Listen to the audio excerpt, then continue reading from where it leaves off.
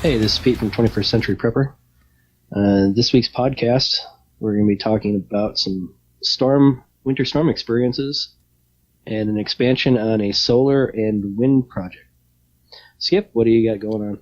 Well, some of you guys might have heard we had a little blizzard here on the East Coast a week and a half ago, and I ran into a problem that I haven't had to deal with yet, and that was heating my home while the power was out.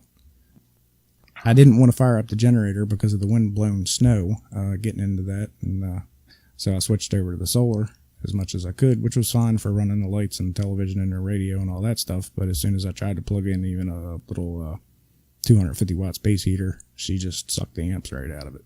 So I decided it was time to up my game with my solar and wind generation. So I've been doing a lot of research for about the past 2 years on that, and got on the phone with what's the company, Missouri Wind and Solar, and started talking to them about their 1,000-watt wind generators, 700-watt generators, and 500-watt wind generators, and what charge controllers to use, and stuff along that lines. And I think they got me pretty straight. I'll do a plug for them here. If you have any questions, they are a great DIY solar and wind generation company. They're very helpful. They have a lot of backlog on their telephone, so be expect to be on hold for a couple of minutes. So we decided to go with a 700-watt wind turbine, their charge controller with dump load, and right now I have 400-watt panels, and I think I'm going to go with another 4 100-watt panels, and that should give me close to 1,500 watts of charging at any given time. And the good thing about the wind, obviously, is when it's storm and wind and, hurricanes, whatever, even at night, I'm generating power. So I should be able to run at least some kind of small space heater. Obviously, it's not cheap, and I doubt I'll ever recover the money because it takes a lot when you're doing a battery system. It's not like a grid-tied system, but that's where we're at with it.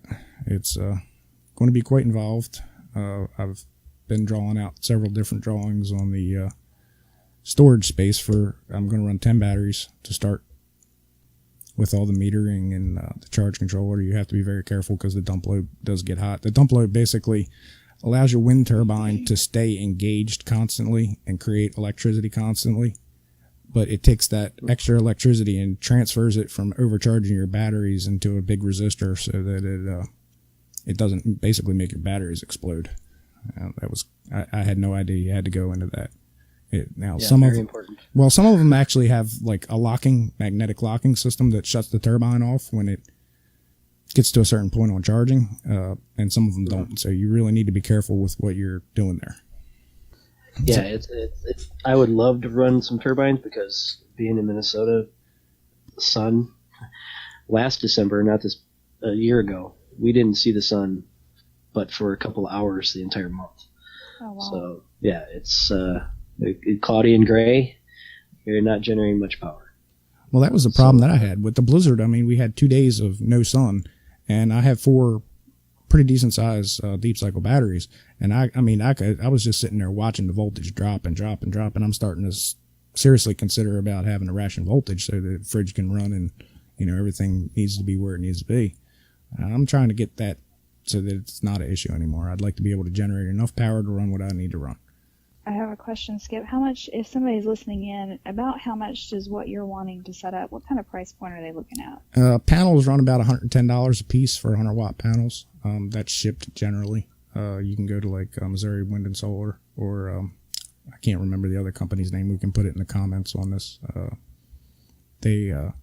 Wind turbines, depending on how big you're looking at, can range from $300 to $500 to $700. The charge controller that they recommended was actually pretty inexpensive. It was only like $50. It basically looks like a Ford starter solenoid, but I'm not quite sure if that's what it is until I get it in my hands. Cabling for a good number of cabling and battery terminal ends for 10 batteries, you're probably looking at another cable's $1 a foot.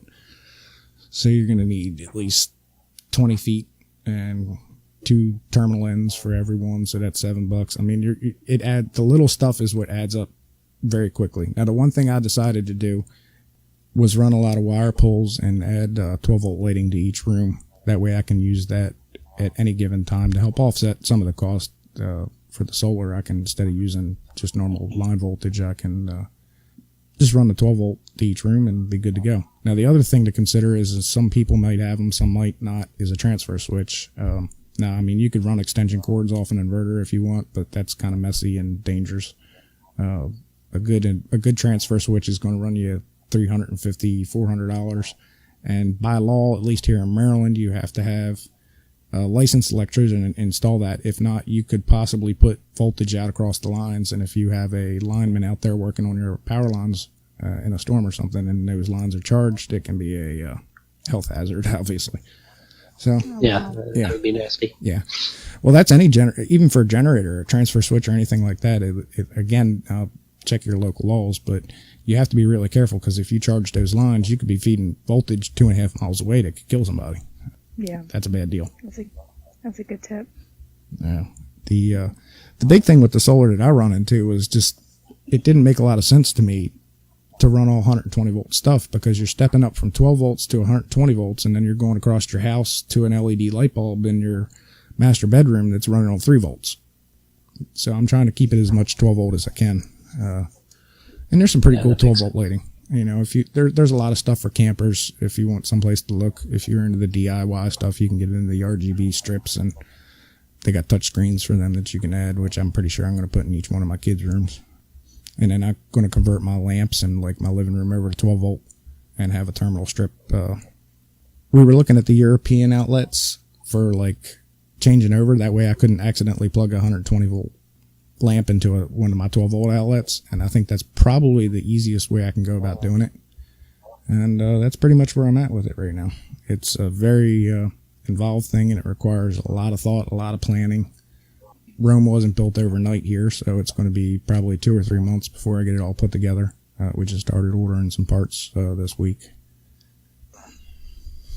Okay. Well, I like how you mentioned that you're not really doing this to necessarily save a buck. It's just for peace of mind. I think a lot of people get into solar thinking that they're going to save an obscene amount of money on their electricity bill. So I'm glad that you brought that up. I figure it's going to be $4,000 in the hole to have this put together by the time it's all said and done. But the good thing is, you know, I live on the East Coast. We get hurricanes, we get nor'easters, we get blizzards. And unfortunately, where I'm at in the country, I'm at the end of the power run. So it stops at my neighbor's house, and we lose power, you know, with a good stiff breeze. So the idea is... And you're the last on the fix-it crew. Yeah, exactly. Yep. You know, because there's like 3 of us back here, so the 20,000 members that are out up in town are the big priority. But the big thing is just to make sure that if it does and when it does happen, it's like nothing happened. We can go on with business as usual. And the other thing that I didn't mention that I'm looking into is a 12 volt on-demand hot water heater. Now that's my end game, is to add that in there too, to actually help pay for this, so that I'm, you know, not heating however many gallons of water constantly, and using line voltage for that. So that's where we're at. Okay, cool. Very good information. I need to up it here. I live in town, unfortunately, and I'm not sure if I can. My solar I can kind of hide. A wind turbine is kind of noticeable. Well, some of them little even where I want to put it. I tell you what, man, some of them little 500 watt Chinese made ones look pretty decent. You got to be careful with AC/DC and charge controllers. Make sure you know what you're looking at. Just don't start ordering stuff, because you can get yourself in trouble. But like those 3-blade fiberglass built 500 watters with the charge controllers, they run like $179, $189. You know, if you get 5 years out of it, it's worth it. Yeah. Oh yeah, definitely, yeah. We don't lose power a whole lot here, though. It's interesting. We had power out a couple months ago for about an hour and a half, and that's the longest it had ever been out the entire time. We've been here 5.5 years. Usually it's just a power blip. It's just a blip, and it's out for, you know, a millisecond or a second, and it's back on. We were but you never know. When Hurricane Sandy hit, we were without for, was it 3 or 5 days? And that was pretty freaky. But the worst one was in 2010 when we had those back-to-back blizzards here with 6 feet of snow. We were out. We were without 7 or 8 days, and dead of winter.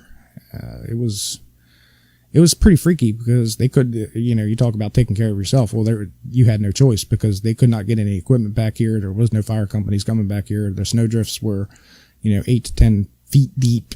So what are you going to do? You take care of yourself.